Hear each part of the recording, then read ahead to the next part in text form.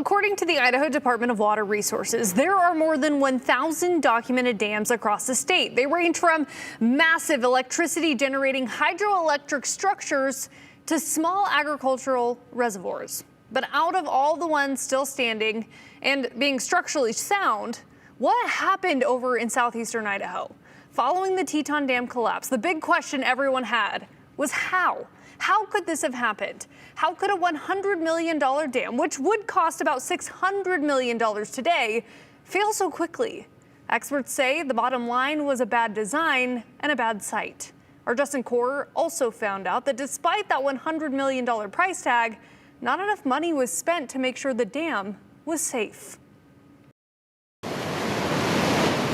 Experts now and 50 years ago say the Teton Dam was never going to work. The Bureau failed almost at every stage in building this thing. In design, reports show it was a bad design on a bad spot to build a dam. First, the foundation of the earthen dam was the natural volcanic rock of the area, which is cracked and porous, which are, of course, the worst conditions for any sort of dam.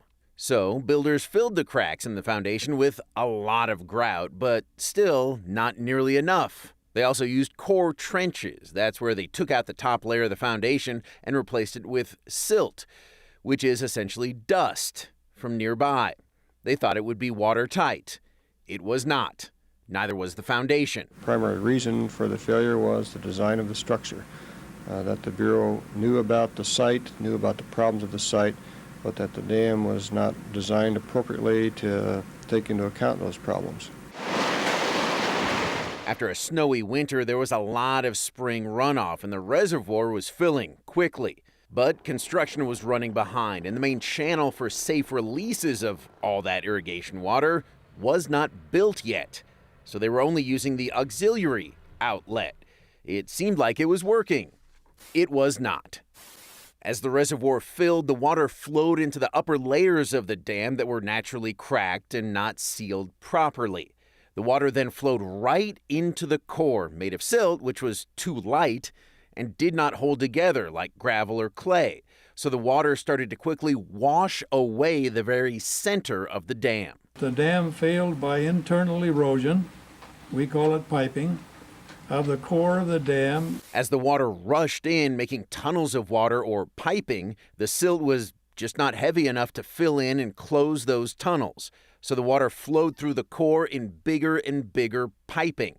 It eventually flowed under and past the dam, destroying where the water should have been released. The design of the dam did not adequately take into account the foundation conditions and the characteristics of the soil used for filling the key trench. On the morning of June 5th, crews finally saw the first symptom of the dam's illness.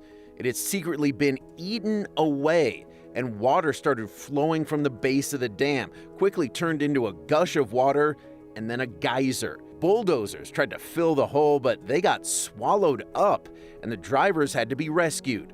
A sinkhole and whirlpool then formed on the upstream side as the reservoir was quickly draining right underneath the dam, destroying it minute by minute, until at noon, it collapsed.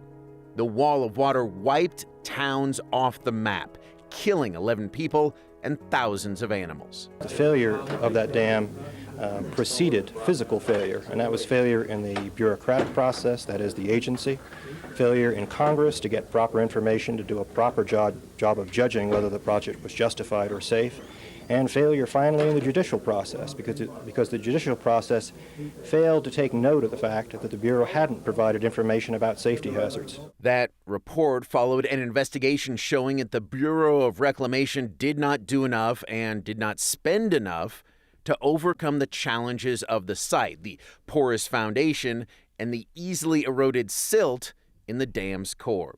As one expert put it, it was frugality over safety. Idaho's governor agreed. There was a lot of pretty language in it, but it boiled down to one simple conclusion, that the failure of the Teton Dam was caused by an error in judgment of the Bureau of Reclamation.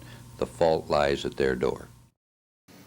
Now, if there are any positives to take from this, and there are few, Following this disaster, the federal government standardized their dam building safety guidelines across all of their agencies. And you heard Governor Andrus at the end there talking about how the fault lies at the door of the Bureau of Reclamation. And that was the big question, too, after all of this has happened. Did the Bureau ever truly take responsibility for the dam's failure? Not explicitly at all, which again is why Governor Andrus and other state officials you heard from back then made sure to place the blame on the Bureau of Rec there explicitly. The Bureau, now they did pay out more than $300 million in claims after this dam failure, which, as you talked about, 3 times the cost of the dam. So if they had paid even a fraction of that $300 million in actual safety measures for the dam from the start, this would not have happened, and they would have saved lives. Yeah, seriously, they would have saved 11 lives, to be specific. Yeah, it's incredible to see what happened there. And growing up in that area, too, you know that there's a lot of porous rock. I remember being lava. Like, there's lava remnants in my backyard in American Falls. So, interesting. They looked around, they're like, we'll use this porous rock, we'll use this silt, we'll make this dam out of dust and a sponge, and exactly what you'd think would happen happened. Oh, okay. Justin, thank you. Well, we have more viewer comments that you have sent in this week, sharing your family's history with the dam collapse. And what we've all seen is the people stepping in to help those in need. We have Stephen Eagle, who writes, "My wife and I joined alumni, staff, and students from Idaho State University in placing 80-pound sandbags 3 feet high around a Blackfoot motel before the Teton Dam water had arrived. When it did, it rose to 5 feet high.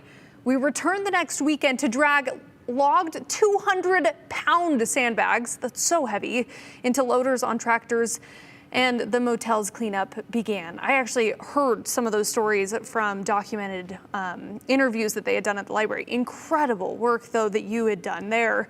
Judy texted in saying, "My memory from the Teton Dam is that Eugene was on the dam in his Caterpillar trying to plug the hole that was forming on the top of the dam. He finally had to get off the cat and run to safety." We also heard from Jay, who sounds like they were working hand in hand in that process. Again, I can't even imagine trying to plug a hole as it's collapsing underneath you. It's incredible. We also got a comment from Mitch. He writes, "I was on air at our family-owned radio station in Rexburg that Saturday morning when I received a call that there was a possible leak at the dam. My dad drove to the dam and started broadcasting live from there. He was on air live when the dam breached, telling people on and downstream to evacuate immediately. That's when, quote, all hell broke loose, end quote." And you're right, that audio is still used today. We're actually using that tomorrow, and you will hear from Don Ellis in those moments. But again, it was a scary situation. And again, I say Friday, we will have more comments from all of you viewers. Send them in. We're going to be taking them. But I say we'll talk about those on Friday because, as a reminder, tomorrow on the 208, you will be hearing from those who were there, who survived, who helped tell their stories when the Teton Dam collapsed 50 years ago.